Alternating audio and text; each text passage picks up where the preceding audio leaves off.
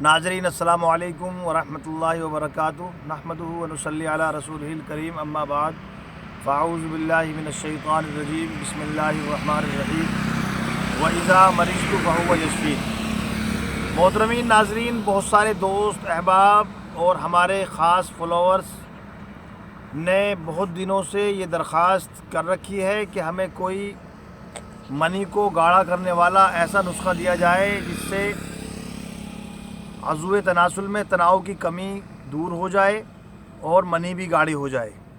آئیے حضرات، آج ہم ایسا ہی ایک نسخہ لے کر کے حاضر ہیں جس کا نام ہم نے رکھا ہے صفوف مغلظ منی۔ عضو تناسل میں تناؤ کی کمی کے لیے لاجواب ہے۔ ناظرین، یہ بہت سی بیماریوں کا حل ہے جس کے فوائد مندرجہ ذیل ہیں۔ جگر اور معدے کو تندرست اور صحت مند بنا کر ہاضمے کو ٹھیک کرتا ہے، جس سے جگر سالے خون بناتا ہے۔ جریان، احتلام، ذکاوت حس اور صورت انزال کے لیے بے حد مفید ہے۔ اس کے استعمال سے منی بے حد گاڑھی ہو جاتی ہے، جس سے ٹائمنگ بھی بڑھ جاتی ہے۔ جب منی نکلتی ہے اچھل کر اور گدگدی کر کے نکلتی ہے، جس سے مزے میں اضافہ ہو جاتا ہے۔ اس کے استعمال سے سستی ختم ہو جاتی ہے، انسان چاق اور چوبند ہو جاتا ہے۔ ایک بار ڈسچارج ہو کر دوبارہ تیار ہونے کے لیے بہت ہی فائدہ مند ہے۔ اس کے استعمال سے منی کے جراثیم صحت مند اور طاقتور ہو جاتے ہیں۔ بے اولاد افراد کے لیے کسی تحفے سے کم نہیں ہے۔ ٹانگوں اور پنڈلیوں اور کمر کے درد کے لیے بے حد موزوں ہے، اور اس کے استعمال سے پیلا پیشاب بھی سفید آنے لگتا ہے۔ جگر کی گرمی کو دور کر دیتا ہے، ہاتھ پاؤں کی جلن کو دور کر دیتا ہے۔ نسخے کے اجزاء نوٹ کیجئے سبھی حضرات۔